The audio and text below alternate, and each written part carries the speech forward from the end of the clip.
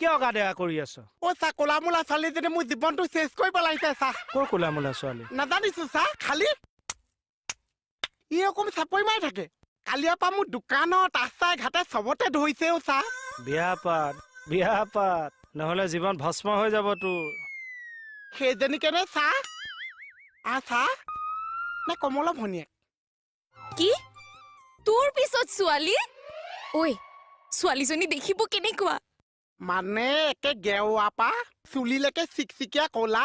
ক'লা তাৰপিছত নাকত কাণফুলি এপাত পিন্ধিছে, নাক ফুলি নাকফুলি এপাত পিন্ধিছে। আৰু আপুনি কি অংগ হেও, তাই কি অংগ হৈছে? খালি হাত চাপ বজাই থাকে। আচল ছোৱালীয়ে পাইছে তোক। এতিয়া কেনেকে বাচিম?